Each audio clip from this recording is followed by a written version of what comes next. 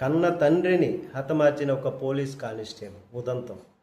మహారాష్ట్రలో ఒక మహిళా పోలీస్ కానిస్టేబుల్ తన తండ్రిని, ఆయన కూడా ఒక పోలీస్ ఆఫీసరే, అత్యంత కిరాతకంగా చంపిన ఘటన ఆలస్యంగా వెలుగులోకి వచ్చిందండి.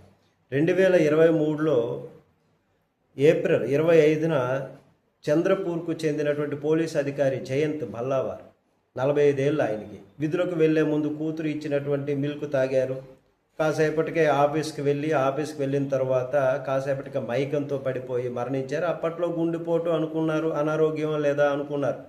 సహజ మరణంగా భావించి పోలీసులు కేసును క్లోజ్ చేసేశారు. కానీ 3 ఏళ్ల తర్వాత అసలు నిజమన్నది బయటపడి అందరినీ దిగ్భ్రాంతికి గురి చేసింది.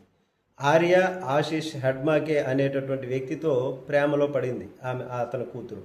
వీరి పెళ్లికి ఆయన ఒప్పుకోకపోవడం చేత తండ్రి అడ్డు ఉన్నారని, తండ్రిని వదిలించుకుంటేనే తమ పెళ్లి సాధ్యమవుతుందని భావించి ఈ జంట పక్కా స్కెచ్ వేసింది. తన బంధువుకు 5,000 రూపాయలు ఇచ్చి విషం తెప్పించి ఆర్య ఆ విషాన్ని మిల్క్లో కలిపి తండ్రికి ఇచ్చింది. తండ్రి చనిపోయిన తర్వాత ఆర్య ఆశీష్ వివాహం చేసుకున్నారు. అయితే వీరి కాపురము ఎంతో కాలం సాఫీగా సాగలేదు. ఆశీష్ క్రమశిక్షణ ఆయనలో లోపించింది, ప్రవర్తన సరైనటువంటిది కాదు. దానివల్ల పోలీస్ ట్రైనింగ్ నుంచి అతన్ని తొలగించేశారు. దీంతో భార్యాభర్తల మధ్య గొడవలు మొదలయ్యాయి. గత వారం భార్యతో గొడవపడ్డాడు ఆయన. నేరుగా పోలీస్ స్టేషన్కి వెళ్ళి అసలు నిజాన్ని కక్కేశాడు.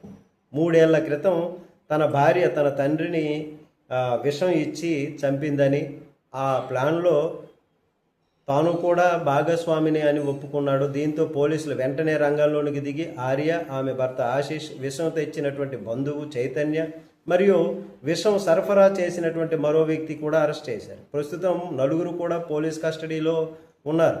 తండ్రిని చంపి అదే పోలీస్ శాఖలో పనిచేస్తున్నటువంటి కూతురు చేసినటువంటి ఈ ఘాతుకము ఇప్పుడు రాష్ట్ర వ్యాప్తంగా పెను సంచలనంగా మారింది. కానీ ఇది సరైనటువంటి విధేయం కాదు.